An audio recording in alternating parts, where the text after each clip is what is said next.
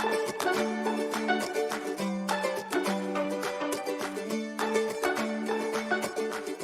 morning, and thank you for joining us for today's virtual tour, brought to you by Region 9, the Arts Council, with support from Wichita Falls Area Community Foundation.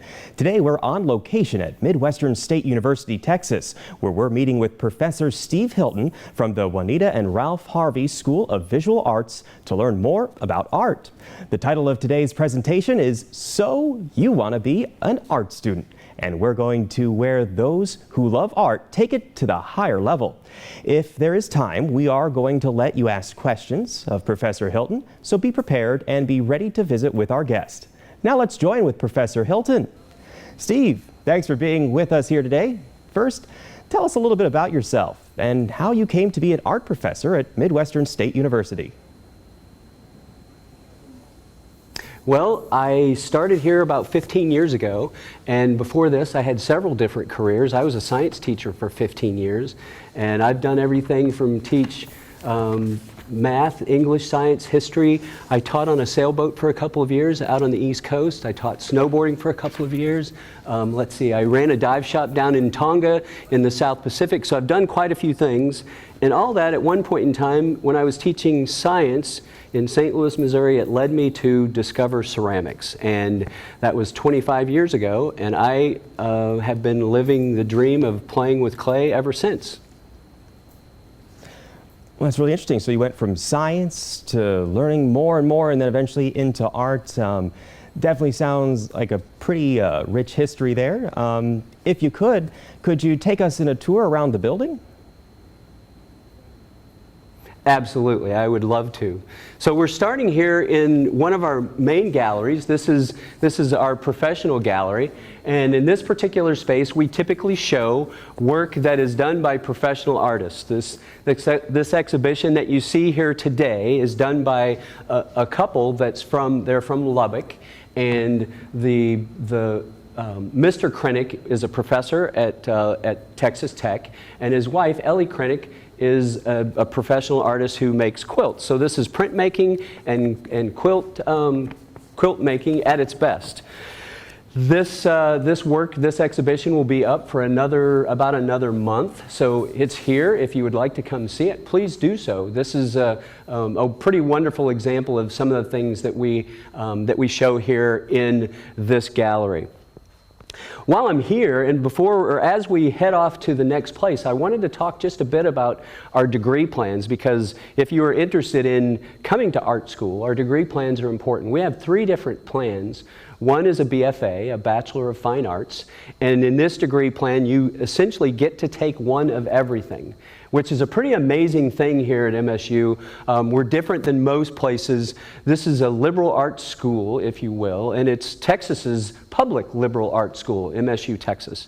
And so if you go through our program, you get to take printmaking, you get to take painting, you get to take sculpture, graphic design, photography, ceramics, and metals. And a pretty cool thing about this is when you get out of school, you can do all of those things. And we often hear from employers that our graduates are incredibly well versed, because somebody can go on a photo shoot as a photographer, and if something needs to be welded, well, they know how to weld it. And so we're pretty proud of that, and the students, it's one of the main reasons why students come here. So we have the BFA, the Bachelor of Fine Arts, we have the BFA with teacher certification, and so that allows students to have everything above and get certified to be a teacher here in the state of Texas. And the last degree plan we have is a BA, and with that we'll walk over to the next gallery. And a BA is a Bachelor of Arts, and the Bachelor of Arts is a program that allows our students to get a minor in another degree. So in other words, we have BAs who get an art degree, but they also take psychology. And maybe with that, they plan on going to do something that puts psychology and art together, or art and business, which is always a good combination, because artists need to know how to sell their work and take care of the business part of that. So this is a student-curated show. We have 2 student galleries, and this is something that just started this last year when I became the gallery director. And so our students actually they decide that they want to put together an exhibition, and they ask the other students in the building what they would like to put in. And most of the time it's curated and juried, if you will, so that the students that are curating it, they pick and choose what it is that's going to be in the show.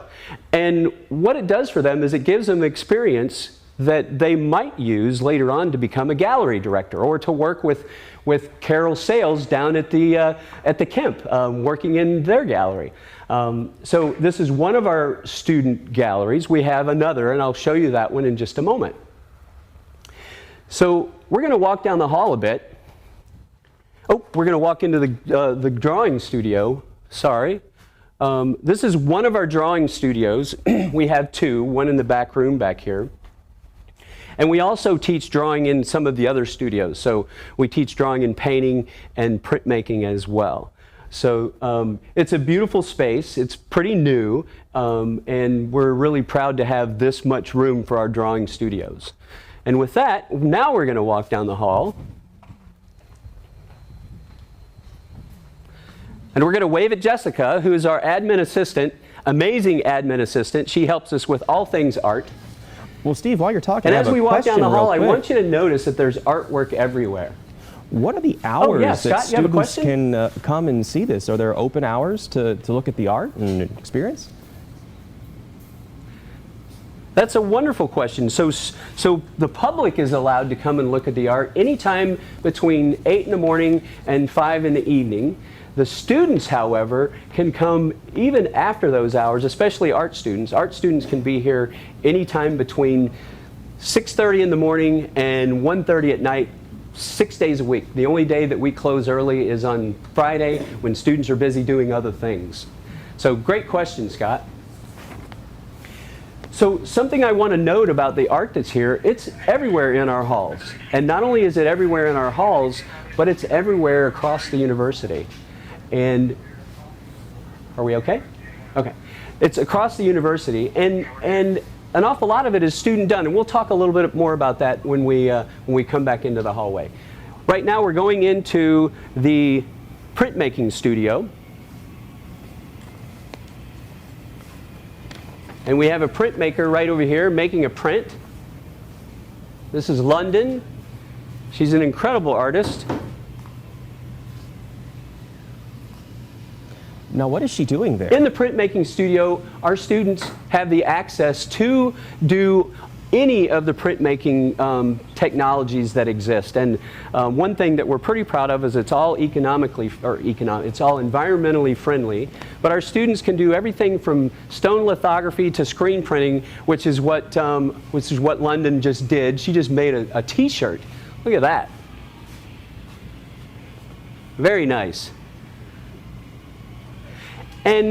And so if you look around the room, you'll see some examples of some of the things that our students do. This wall, I think, was put up here so that students could critique their work.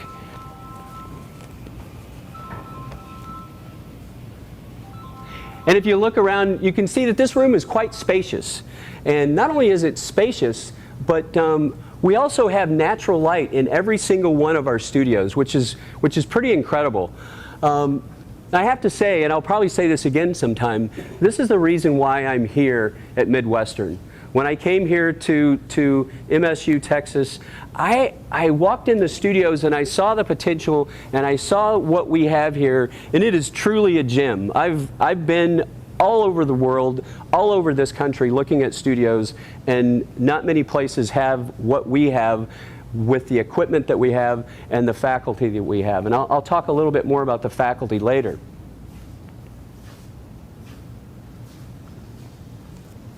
So I think next, I'm looking at my phone, I'm not texting people, I'm just looking at my list so I don't forget anything. The next studio we're going to go into is painting. After you. And so again, you'll note that this is a pretty huge studio, and it's very well organized. our painting one students typically paint in this area, and whether they're painting from a still life, or sometimes we teach drawing here, whether they're painting from a still life or drawing from a still life that sits in this part of the room, this is where they generally work. Our advanced students, like Emily over here, and well, while we're looking around, do any I've of the had her 3 students times, have any in questions class. for the professor?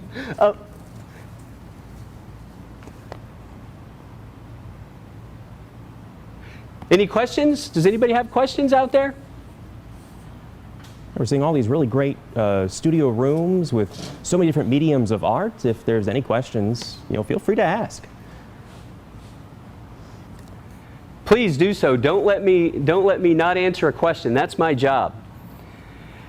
So again, this is where the advanced students work, or where the upper level students work, and as you note, these guys are working really hard.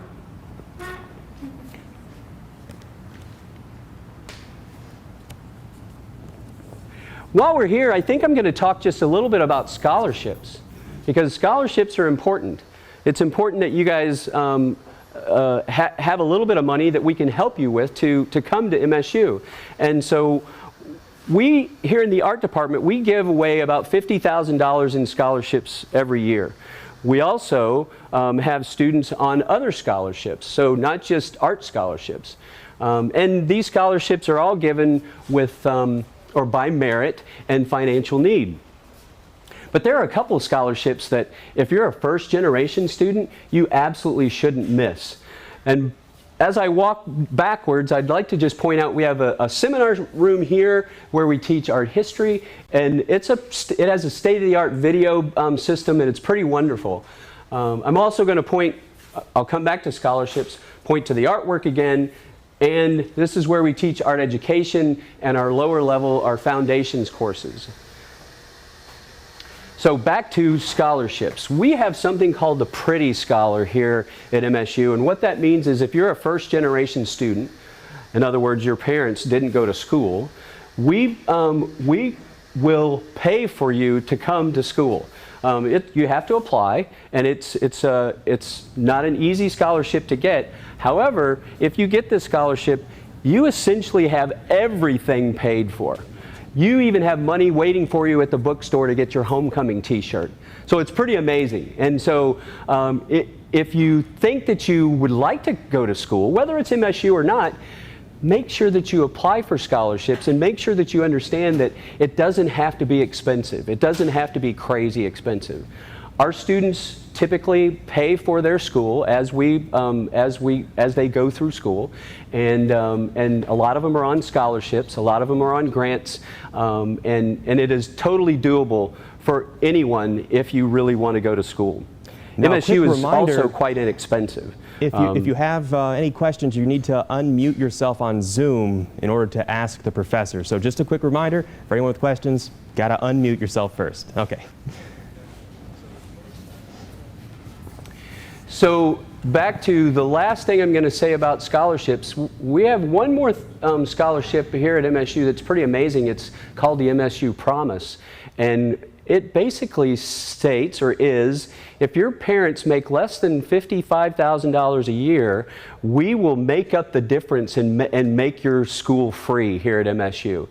And again, MSU is pretty cheap. I think that right now it's about $14,000 a year to go here with room and board, which is pretty amazing compared to some of the other schools around. And the thing about MSU Texas is we also have a really low faculty to student ratio.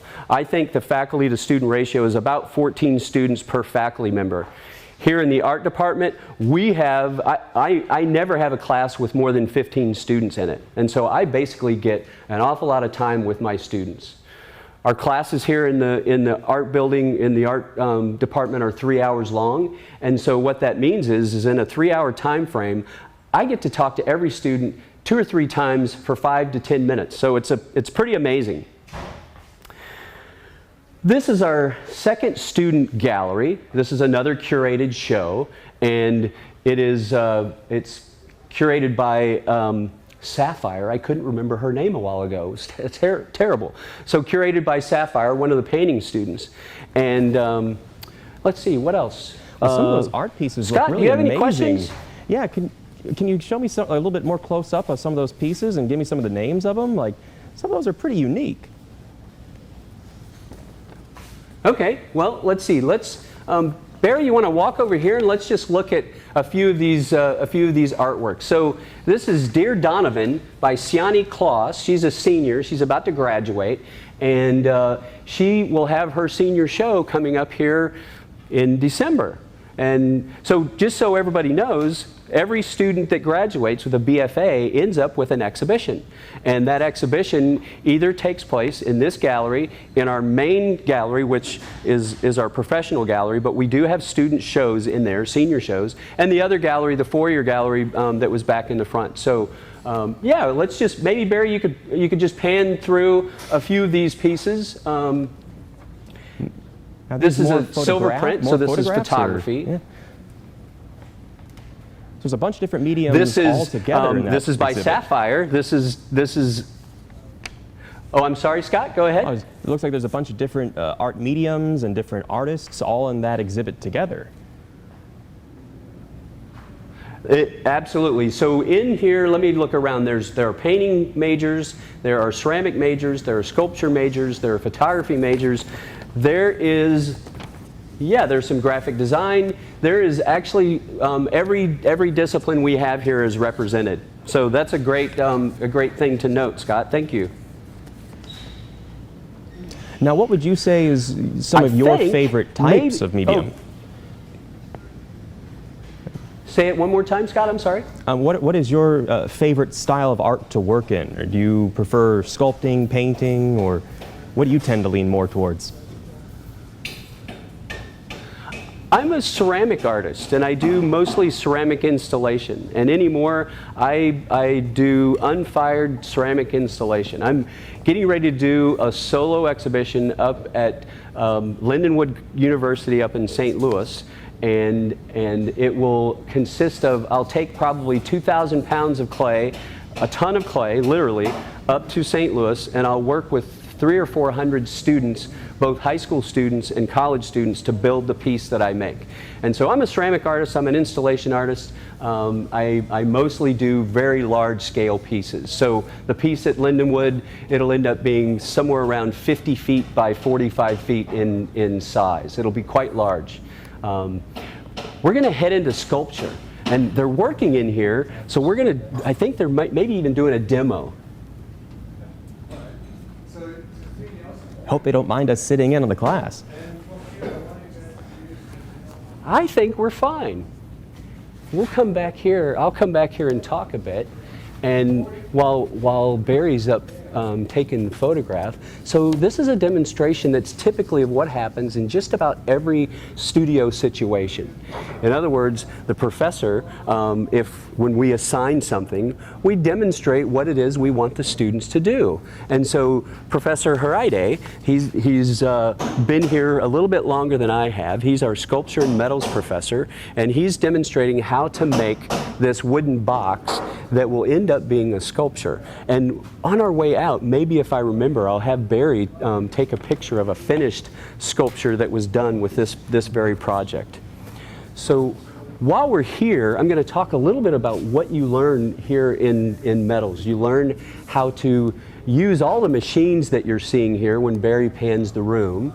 So we're learning how to use everything from drill presses to lathes to band saws, table saws. All of our students know how to use all these tools. It's pretty amazing. In addition to that, you'll learn how to weld. In addition to that, you'll learn how to cast bronze and aluminum. And so our sculpture students have a great breadth of abilities to do all kinds of artwork. So what this is our welding station back here in the back. Over here we have some students working, and these students, Ferdine, the person here with the red headphones on, he is a graduate of MSU sculpture program, and he's taking a continuing education class that gives him access to the studio so that he can continue working on the artwork that he makes. What is he working on today? Do we have any questions? Yeah, What do is he any working students on have today? any questions? Yeah. Yeah, do you have any questions about what this carving, this it looks to me like he's drawing a bird, and he's going to find that bird somewhere in that block of wood by carving, by subtracting material. Does anybody have questions about this? And remember, students, you need to unmute yourself on the Zoom call in order to ask the questions.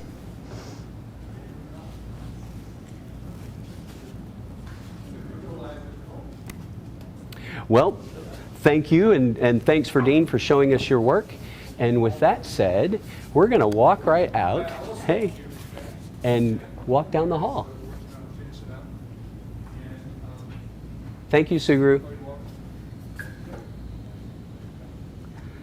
That class looks very hands-on. It looks like one of the there's things I'd very like to small class mention, size. I forgot a moment ago, one of the things I want to mention about our art education program is we have 99% placement with our students who would like to teach. So it's pretty amazing. And I hope I didn't mention that already. I don't remember. But Scott, did you have another question? Well, I was, that class size looked like there was maybe about a dozen students. Is that the typical class size for most classes in the art college? Absolutely. We stop our classes from growing any larger than 15 students. So it's pretty amazing. It's typically my ceramic students, I have 11, 12 students. This semester I have 11 students in my ceramic class. Before I go on, so I don't forget, I'd also like to mention how incredible our faculty is here. I'm really proud of this, so much so that it's just amazing. All of our faculty, including our art historian, are actually doing work not only on the national stage, but also internationally. So we typically, most of our faculty are typically showing here in this country, here in the United States, anywhere from 5 to 10, 12 times places a year. And most of us are showing internationally 2 or 3 times a year. So it's pretty amazing. And why that's important is it means that you as students have the ability to see a professional artist making art, and so you know and have some idea about how to get your work out into the public so that it can be consumed by people, whether purchased or looked at. So yeah, I'm pretty proud of that fact. Are there any so pieces you can show us that are going to be heading out? And photo studio. The items that you're pulling from the internet. Are there any pieces you can show us that are going to be going outside of the university? To maximize that relationship between color and physical. Scott, the question is, yeah, or can I show you some things that are going to be headed out? Here in a bit when we get to the ceramic studio, I have a piece that's going to an exhibition out in Joshua Tree at the National Park. So I'll show you that in a moment. All right, and what classroom so is this? this? Our photography, a photography class, and Leah Goes, our professor, is over here. She's waving, and these are photography students. Most of the photography that we teach is digital, and it's taught in this studio or this classroom. Our graphic design is also taught here, and so those two professors share this studio. But a pretty wonderful thing is about to happen. Here this summer, we're going to take all this equipment, or maybe even new equipment. We refurbish this studio with new computers every 3 years, or refresh it every 3 years. We're going to take all this equipment, we're going to put it in the room next door, which is so much larger, and it's going to give us the opportunity to really spread out, and so students can have, or can enjoy a much better studio space.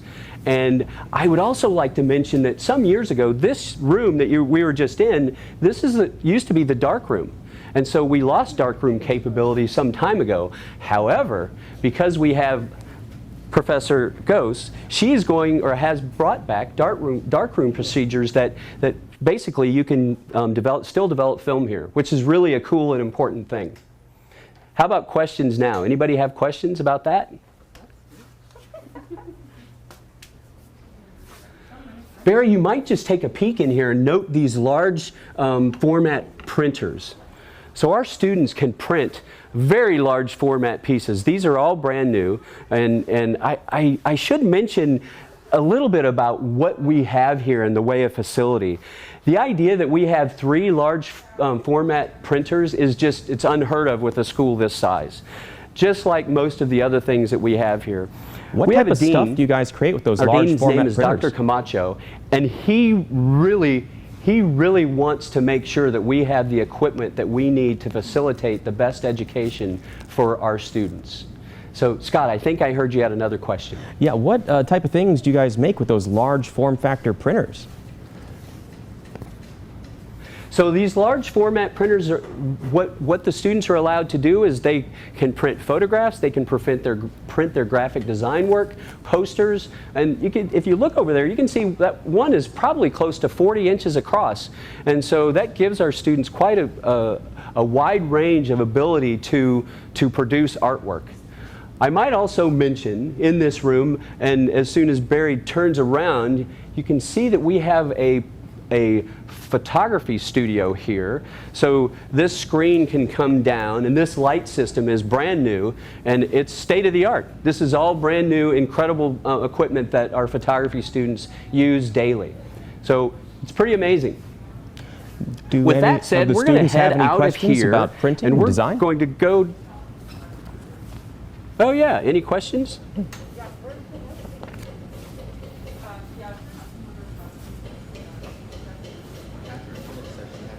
All right.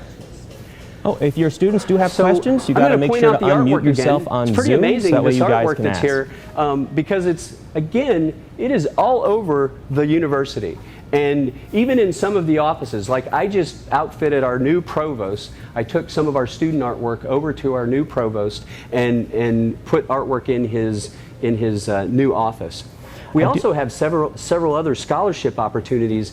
The airport here in Wichita Falls, if you ever fly out of the airport, you'll notice that we have student artwork there. And that student artwork is actually a scholarship.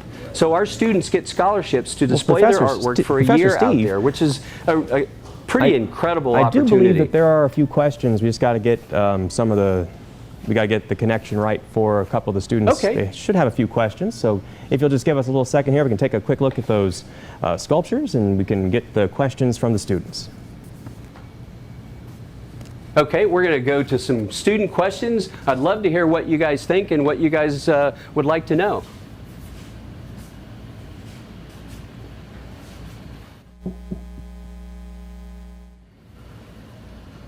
So we're here in the ceramic studio, and I'll just kind of chat a little bit until we get the questions up. And what you see here is you see the history of ceramics.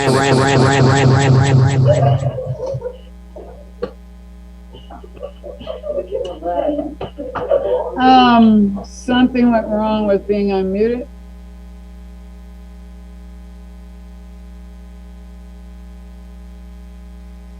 It's actually a residency here, and so I hire a resident to teach with me here in the ceramic studio every year. So are we ready for a question?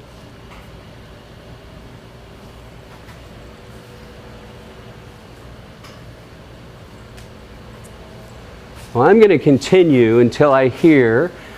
Something that I'd like to point out, or a few things I'd like to point out, is we have 18 wheels. So our students in ceramics, they learn how to throw on the wheel. And these are pots, or this is pottery, and they also learn how to sculpt.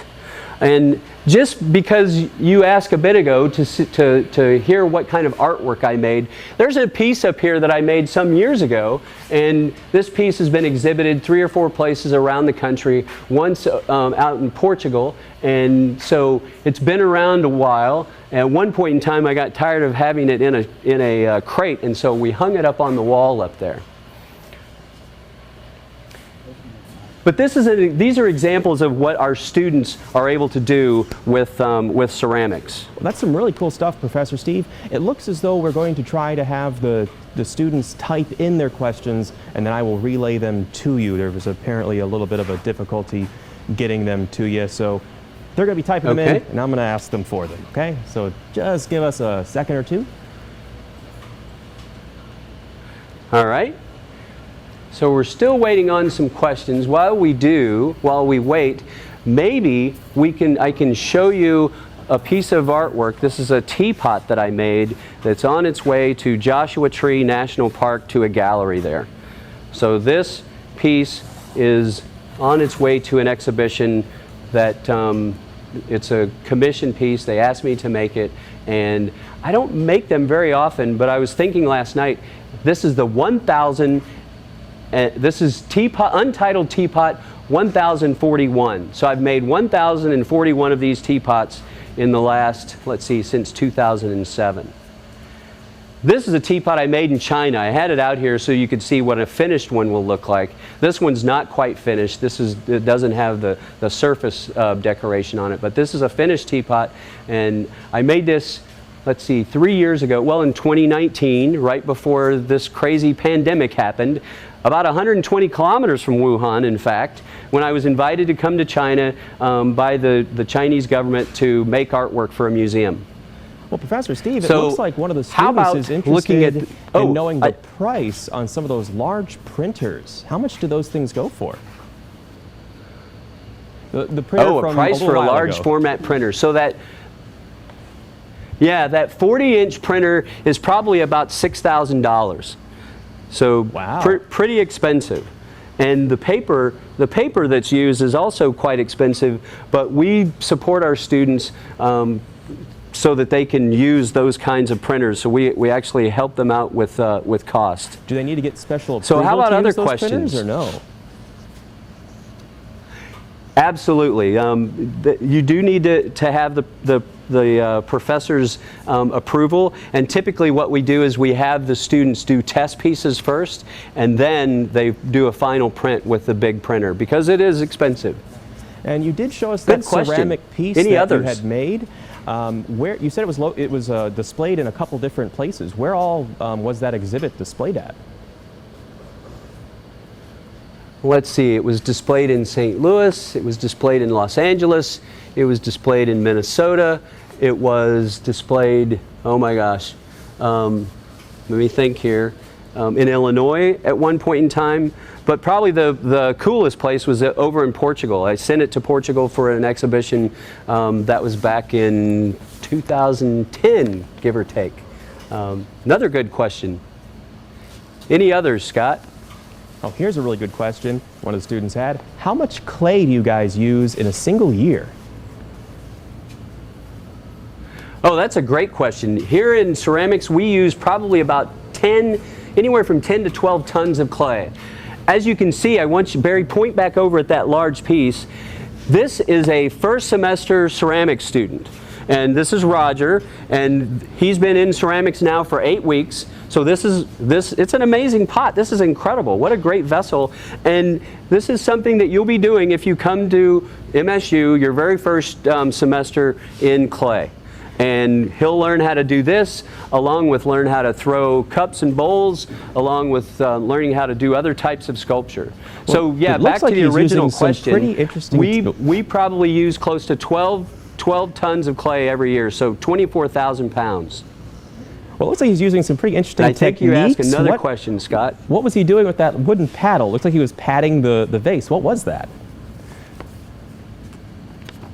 Well, I could say something silly like the vase was naughty, and so he was paddling it, but I won't say that. So what he's doing is he's actually giving it a little better form.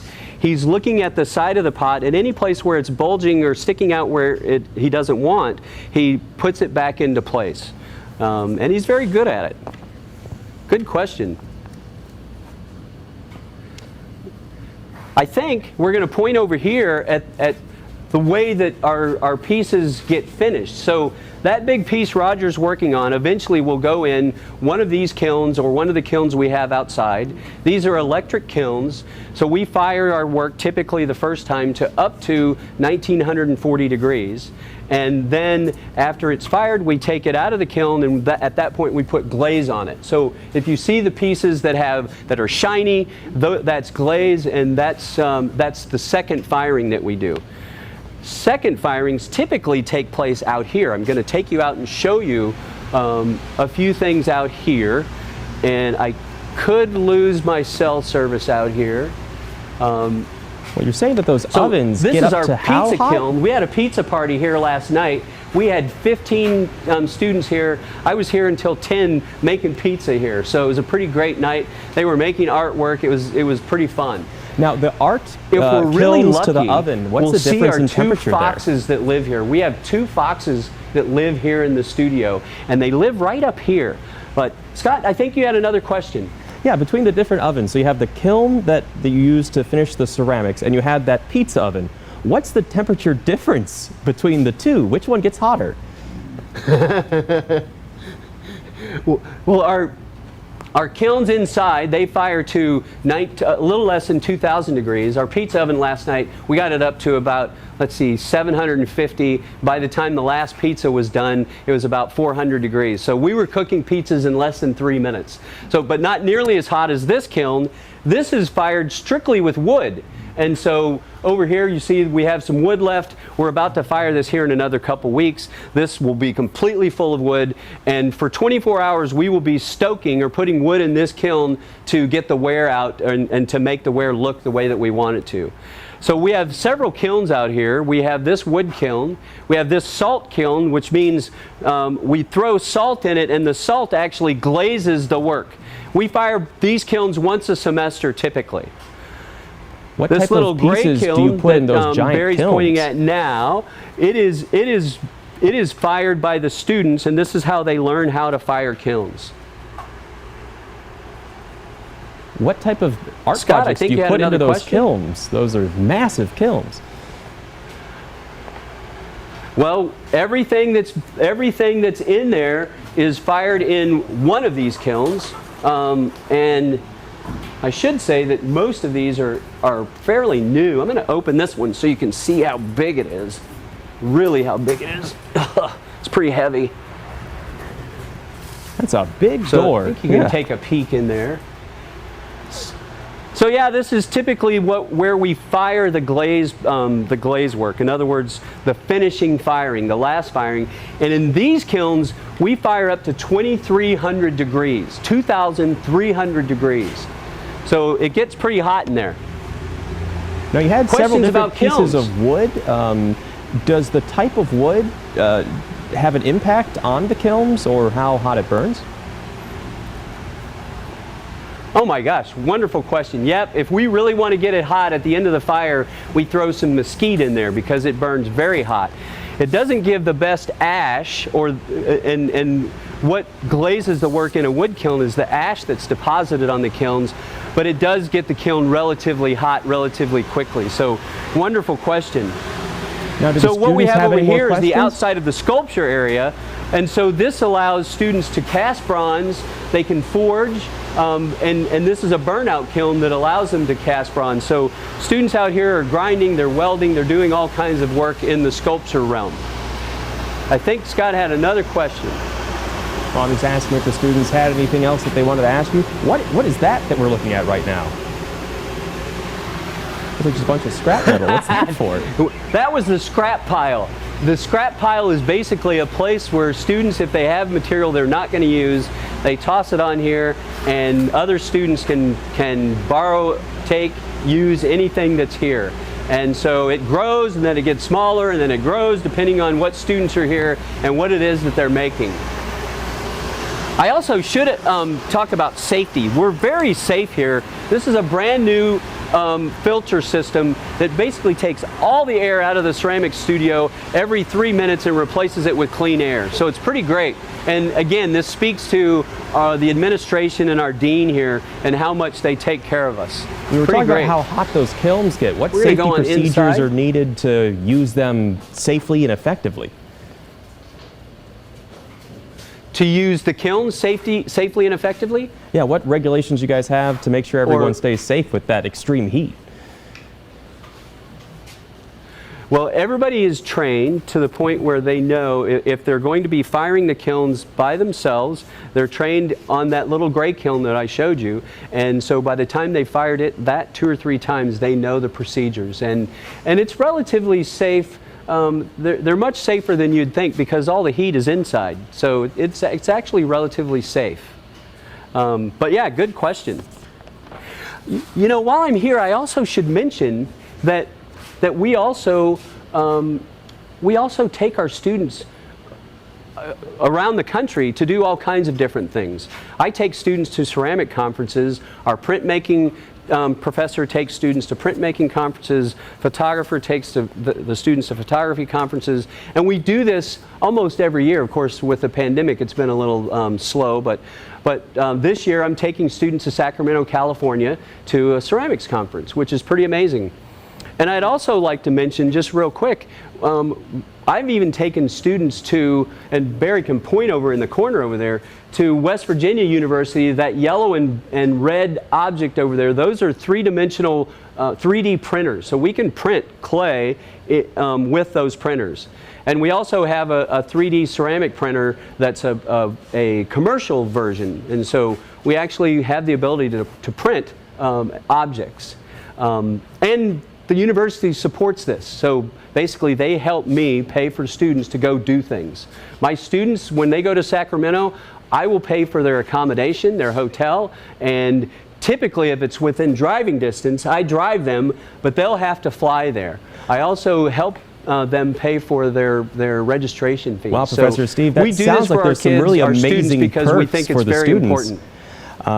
But we do have only around 4 more minutes left in the presentation. So if there are any questions that students have, now is the time to ask. We only got about 4 more minutes left. I also have a question myself. I know earlier you were talking about how there's a lot of different mediums that you guys teach. Do you get a lot of mixed medium art? Are there students that like to, let's say, use ceramics and scrap, or ceramics and paint, and maybe some photography involved? Absolutely. I have a student right now who's doing some ceramic and photography. So they're basically printing photographs on ceramic objects. We do every semester, and we encourage it. We encourage our students to reach out and do different types, put different types of media together. So wonderful point. Good question. Our last studio, let me just mention this real quick, because we are running out of time, is are there any special difficulties? Questions that, or difficulties that come up with mixed media? Well, there are always difficulties. That's what art is, and our job as artists is to solve problems. It's really interesting that you asked that question, because artists, we typically, the way we're trained to fix things and to solve problems, we can fix an awful lot of stuff. And we can make media work together in ways that are sometimes unimaginable. So that's a wonderful question. We do have problems, but we do solve them. And we're in the metal studio. This is the last studio. And I guess, Barry, you could come over here and take a peek at some of the work that's over here in this cabinet. This will give you a general idea. I hope the glare's not so bad. I call this the mini sculpture room. So this is miniature sculpture at its best. And here in this area, we have an amazing, the idea that we have this studio of this size for a school this small is pretty incredible. We even have enameling, an enameling studio here. So this is enameling work here. That's glass that's being fused to metal. And so here are some other examples, but we're so lucky to have everything we have. And I think that I need to, before we run out of time, I need to mention several more things. I need to mention, one, our high school art competition, which we do every year, which we give away our biggest scholarships with our high school art competition. So when you teachers out there, whenever you get the note that we're going to do it, make sure you give students the opportunity to show their work here. We also give prizes, and it's pretty incredible. It's a pretty amazing experience.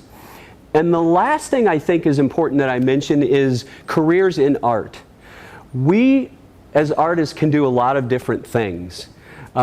We learn how to write, and I say this because our art historian is in the room right there, and I think she's probably listening. She teaches our students how to write incredibly well. And so what that means is our students not only can do all the artwork, but they can also express themselves in writing, which is pretty amazing. Professor, we're almost out of time here. Students can work What would you like to tell the students about pursuing art? Can work in galleries, they can work in museums.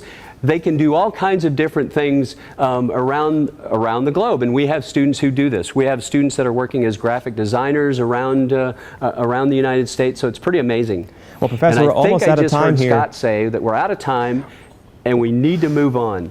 Yeah. What would you like to tell students about pursuing art in their lives, and how can they benefit from understanding these different subjects before we go? So the greatest thing about art, I think, and I should mention this because, well, I just forgot. I have a degree in science and art. And it's interesting because people used to ask me, well, how does that work? How does that? Well, scientists, if they're not thinking in a creative way, they're not making new science. And artists, if we're not thinking aesthetically with a scientific method, in other words, hypothesizing with something, what it looks like, and we're not using that to go on to the next iteration or to mature that piece of work, then we're not really going to make art that's really something that people want to look at. And so, art, if you decide to pursue a degree or an art Professor Hilton, I hate to cut you off here, affords but you an amazing we're starting way to run out of to time. go about the rest of your life with everything you can do. And Scott just said we're out of time. So thank you so much for coming with us on our tour. We really appreciate it. And if you ever have any questions, please don't hesitate to look me up and email me or call me. Well, thank you so much, Steve. We really appreciate you being here with us. And we want to thank everyone at the Juanita and Ralph School of Visual Arts of Midwestern State University, Texas, for inviting us on our virtual tour today. Also, we want to thank you guys for joining us, and a special thanks to KFDX for making this all possible. On behalf of Region 9 and the Arts Council, thank you guys again, and have a great day.